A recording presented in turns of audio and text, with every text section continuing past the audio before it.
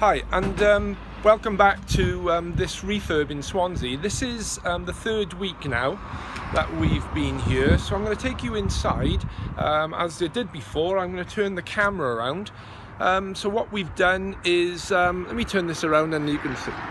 So we've got some scaffolding up here because we're going to be doing some external insulation to the wall on this side. And you might have mentioned to you, because you're changing the thermal element of a wall, that is, we're going to be hacking off plaster, as you can see on this wall, and indeed this wall. Because we've taken the plaster off, we have to thermally improve it.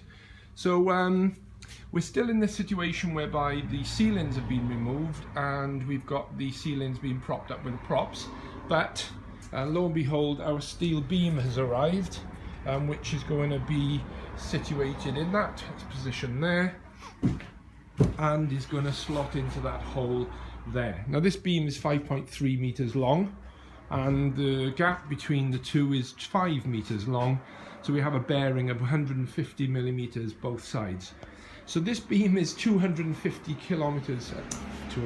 kilos heavy, 50 kilograms per meter, just over 5 meters.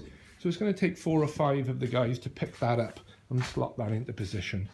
No progress on the kitchen, other than we've now had the design done for the kitchen layout.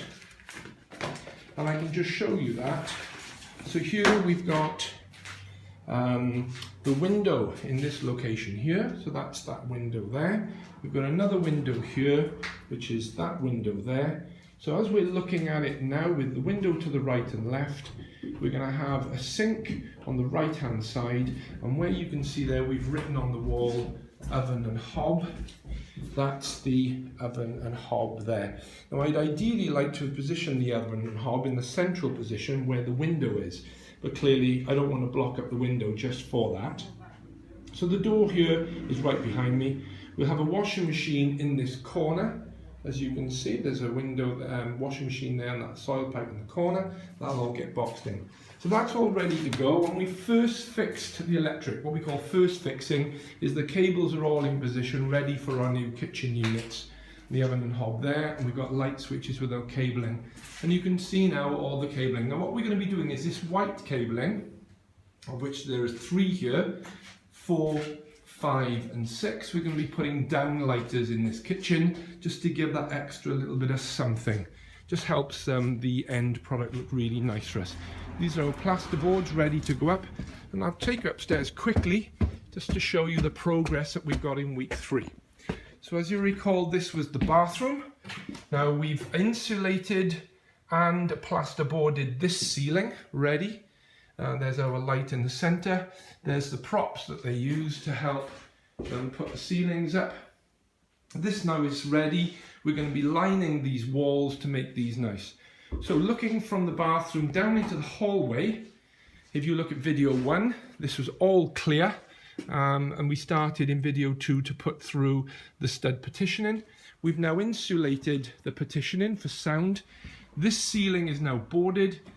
That petition is boarded, and that external wall there remains to be done. Now also, I've talked to you about thermal improvements to external walls. That's what it looks like. So let's try and get a better picture here with the light. There you go. So originally the wall was like this. We've created this stud petitioning and we've insulated it.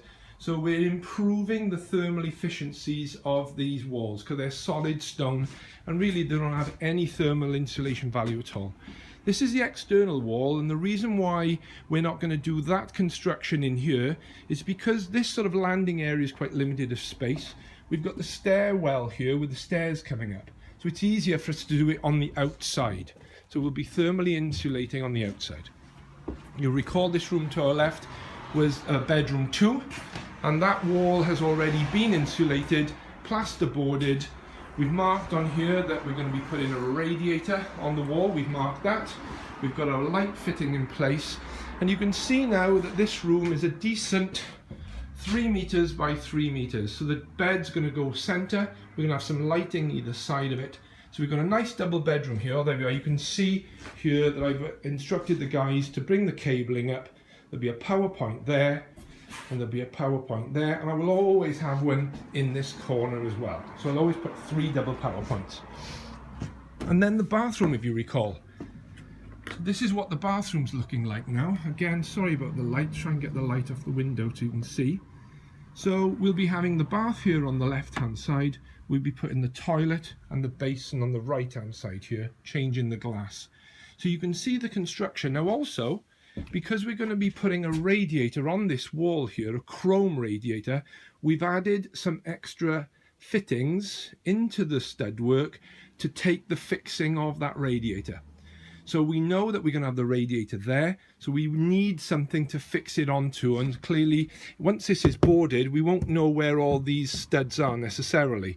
So by putting these in these particular positions, we know that we're going to have a fixing left and right for the chrome radiator. And that's our existing party wall. And then we got the landing here, and as you can see it's changed quite a lot in 3 weeks. So I'll be going on holiday now for a couple of weeks, and when I come back I'm sure that the next video you'll see is going to be substantially different than this. Okay, hope that was useful again, and catch you next time.